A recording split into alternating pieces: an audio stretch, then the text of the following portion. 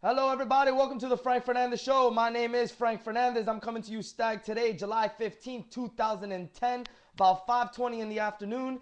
And I'm going to pretty much get right down to the point of the show today. If you guys want to message me, email me, be part of the show, you can email me at fernandezshow@yahoo.com. You can instant message me at fernandezshow on AOL Instant Messenger. You can follow me on Facebook, follow me on Twitter at fernandezshow. I'm going to start right from the beginning. Say hello to the bad guys. The bad guys are here. And if you don't know what I'm talking about, you guys must be hidden under a rock. You must be in a cave the whole entire week, because if you guys haven't heard, Miami Heat have stocked up. The Miami Heat have become the new bad guys of the NBA. We have Chris Bosh, we have LeBron James, and we have Dwayne Wade. Most importantly, Dwayne Wade re-signed with the Miami Heat, which was what me and David had talked about all last week, all the week before, which was the most important thing that had to happen for the Miami Heat. They needed to start building their puzzle pieces. They needed to start with their puzzle, with the main piece, which was Dwayne Wade. They came out on Wednesday saying that Chris Bosh and Dwayne Wade were both going to be joining the Miami Heat. The big decision came around on Thursday. Don't know why he needed an hour to tell everybody that he was going to be coming down to South Beach, but he's here.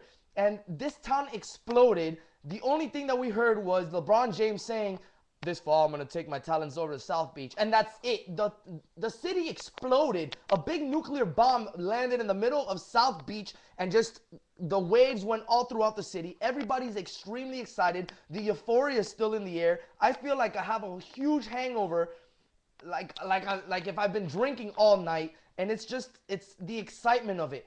We were so looking forward to football season, and it kind of now has gotten shadowed by this, and we just want basketball to start. We want to see how these three players can play, how these three players are going to coexist, how they're going to play together, how they're going to feel each other, how they're going to be acting on the ups and on the downs. Come on, let's face it. This is sports. You don't win everything. Nobody's expecting this team now to go 82-0.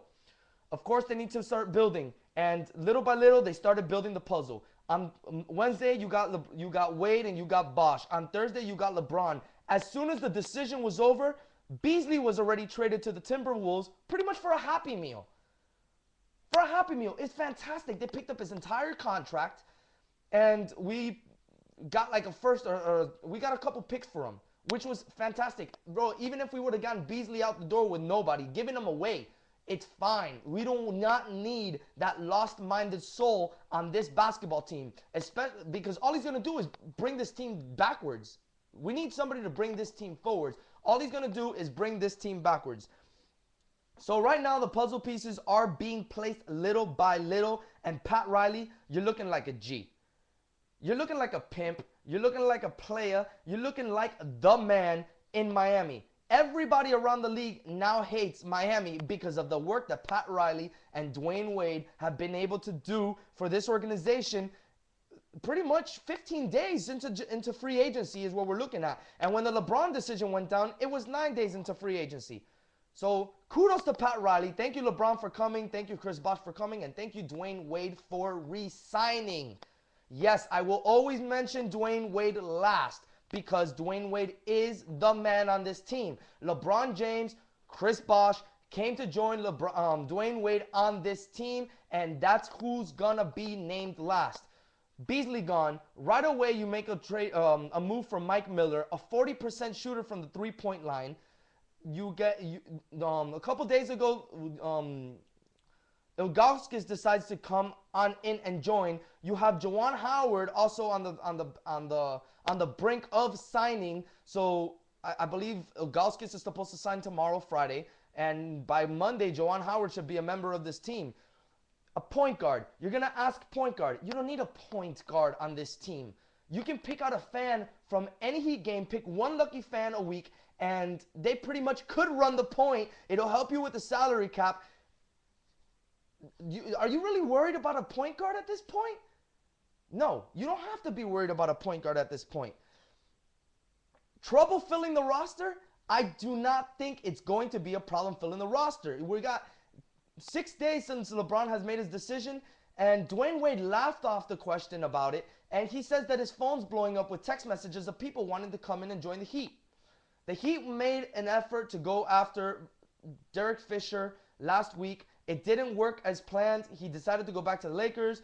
To tell you the truth, I think it was just a ploy in order for the Lakers to give him more money, which is totally acceptable because, you know, it's a business. But you can't say that Derek Fisher didn't have in the back of his mind to want to play for the Miami Heat, especially with the kind of players he's going to have to be able to pass the ball to. You can't blame him for staying in Los Angeles.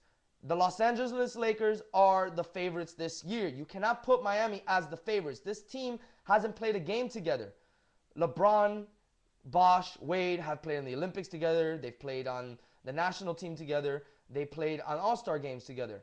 But, you know, that's not the regular season. That's not what the main objective of all NBA players is to do, which is win a championship. Dwayne Wade has already proven to win a championship. Chris Bosh, you can't blame the guy. He never had any pieces around him in order to make that run out of contention to a title. And LeBron James, they never filled him with the proper tools that he needed around them. They kind of just gave him old names and said, these are the names that are going to take you to the next level. Do it. But LeBron James, I mean, I want to save that one for David. Let's just put it that way. Guys, I hope you guys can tune into the show on Sunday. And we're going to have a full hour. It's pretty much going to be the 1-year anniversary of the Frank Fernandez Show. We're going to have a party. We're going to have clips to play for you guys. We're going to have a lot of rebuttal. We're even going to try to get Laura onto the show. So for all you guys that were excited and loved watching Laura on the show, that's probably what we're going to try to do. I do not want to confirm anything because, I mean, that would just be messed up, right? Should he have done it? Technical difficulties. Should he have done it himself? People calling him a coward for not doing it himself. Hey, Jordan didn't do it himself. Larry Bird didn't do it himself. Magic Johnson didn't do it himself. All three of these players had pieces around the puzzle, pieces around them in order to do what they had to do to get to that championship level. You go to Jordan's case. Jordan had Pippen. Jordan had B.J. Armstrong, Steve Kerr, Ron Harper, John Paxson, Bill Cartwright, Luke Longley. These are all role players, big role players that made a big name for themselves after the fact that they were being noticed of what they were doing. The Bulls won 72 games. They went 72-10 in 1998, the best record ever by any team in the NBA. He didn't do that himself. Jordan did not win 72 games by himself. LeBron James won 65 games without Dwayne Wade. Put in Dwayne Wade, put in Chris Bosh into the puzzle, and I mean, your imagination just starts to wander. It just starts to wander away from you. Bird had McHale, Bird had Parrish, Bird had Danny Ainge, Magic Johnson had the Showtime Lakers, Brian Scott, Kareem Abdul-Jabbar. I mean, James Worthy. Everybody has their own pieces to their own puzzle. You cannot throw this at just say here they're gonna do it all themselves. Just like the Heat this season, nobody's expecting them to win it all. Well, sorry, hold on. Woo! Rewind. Everybody now is expecting them to win it all, but they're not. They should not be the favorites. The favorites should be the team that just won the championship, the team that is the current world champions of the NBA, the Los Angeles Lakers. How are you gonna take that away from them? How are you going to say that the Heat should be the champions? Paper champions, yes.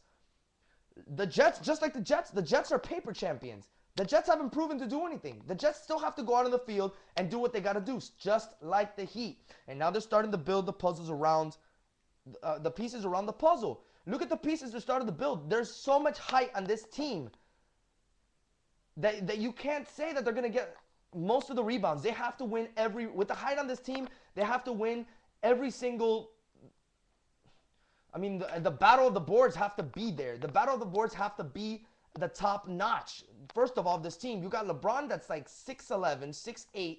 You have Bosh that's 6'11". You have Ilgauskas that's just signed that's about 6'10", 6'11" as well, probably close to 7 feet. And you got Mike Miller that just signed today that's 6'10", and he's a shooter. Those are 4 players right there that are huge in height. Guys, I'll be back. Part 2.